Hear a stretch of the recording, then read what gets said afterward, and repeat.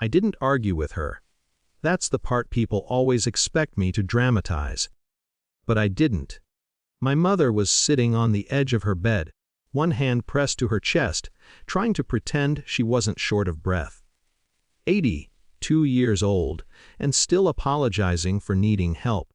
My car had been in the shop for 2 days. Transmission issues. I had asked my wife if I could take hers just for the morning. She didn't even look up from her phone. Not my problem.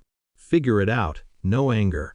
No edge. Just flat dismissal. I remember standing there a second too long, as if my body expected a correction. A softening. What's going on? Nothing came. So I said, okay, and something inside me adjusted. The neighbor drove us. He didn't ask questions, just grabbed his keys and helped me get Mom into the passenger seat. At the hospital, intake was efficient. Oxygen. Monitoring.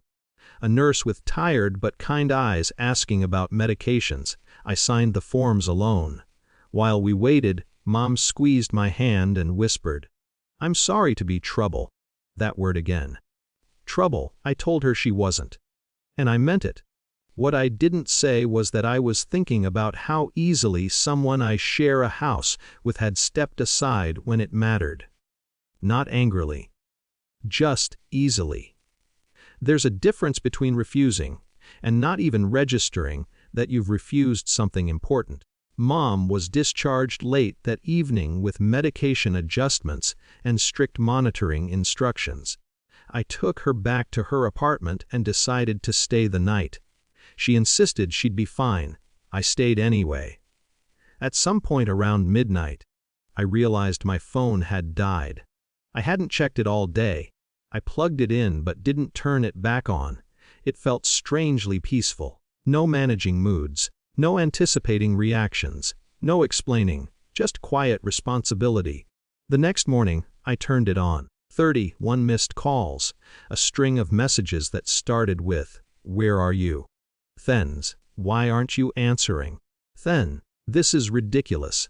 Then, "If this is about yesterday, you're being dramatic." Finally, "Call me."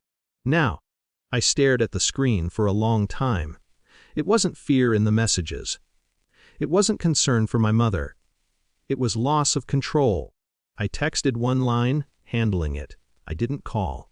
When I came home the following evening, she was waiting in the kitchen, arms crossed, eyes sharp. "What is wrong with you?" she asked. "I called you 31 times. I set my keys down carefully.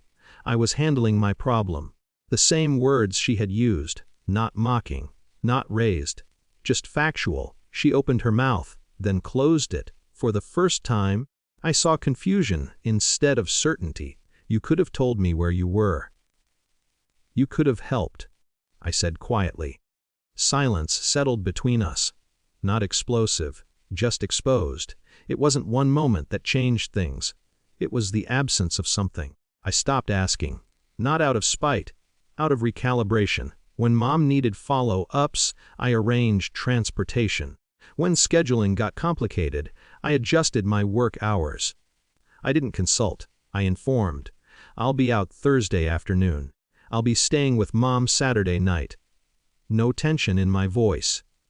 No permission requested. She noticed. The first time she offered her car without being asked, I said, "I've already made arrangements." She looked at me like I had taken something. Maybe I had. A week later, I scheduled a counseling appointment, alone. I didn't tell her beforehand. Not to be secretive, just because I wasn't negotiating my need for clarity. In that quiet office, I explained the car, the hospital, the sentence that had landed heavier than she intended. The counselor listened, then asked, "When?" She said it wasn't her problem. "What did that mean to you?" "It meant I was alone," I said, "and I adjusted accordingly." That was the truth. When my wife agreed to join the next session, the counselor asked her something simple. When he asked for help, what did you think he was asking for? She hesitated. I thought he was just being dramatic. It wasn't an emergency yet. And if it had been? The counselor asked gently, Silence. That was the moment control shifted. Not because she was attacked. Not because I raised my voice. But because the dismissal was placed under light, and it didn't look good there. We didn't separate. We didn't reconcile in some dramatic way either. But something fundamental changed. I stopped expecting partnership automatically. I stopped assuming support. And strangely, that steadiness unsettled her more than anger would have. One night, weeks later, she said quietly, "You don't ask me for anything anymore." I considered that. "You told me to figure it out," I said. So I did. There was no triumph in it, no satisfaction, just fact. My mother is stable now. Slower but stable. As for my marriage, it hasn't collapsed. But it isn't the same structure it was before that morning.